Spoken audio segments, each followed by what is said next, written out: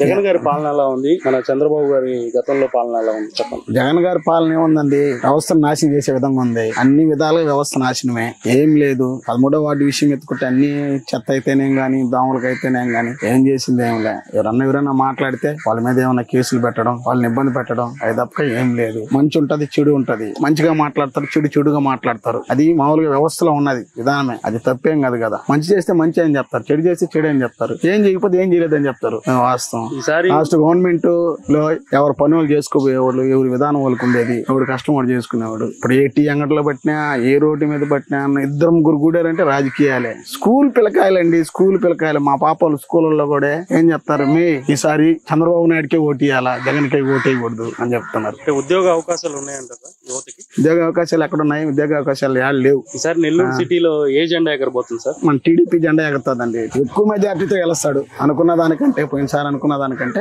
ఈసారి ఎక్కువ జనాలు ఒకసారి అవకాశం ఇచ్చిన ఒక్కసారి అవకాశాలు ఏం చేయకపోతే అంతే కదా. నారాయణ గారి గ్రాఫ్ ఎలా ఉంది సార్? నారాయణ గారి గ్రాఫ్ మొన్నంగా ఉందండి.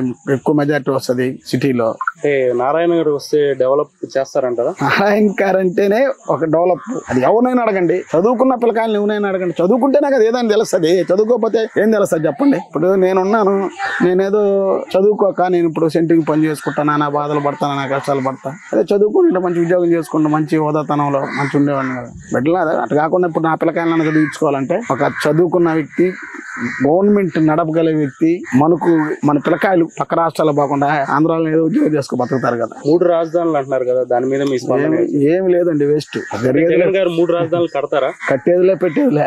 అయిపోయిన 1.5 నెల 2 నెలల్లో 3 రాజధానులు కట్టేదానికి సోర్సెస్ ఏడున్నాయి. 4.5 ఏళ్ళుగా ఏమన్నా నెల్లూరు సిటీలో డెవలప్మెంట్ ఏమన్నా చూసారా?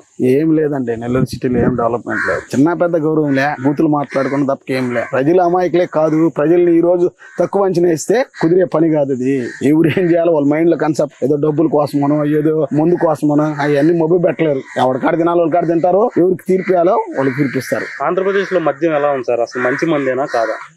ఆంధ్రప్రదేశ్ మధ్య ముందు మీకు తెలియదు ఏముందండి.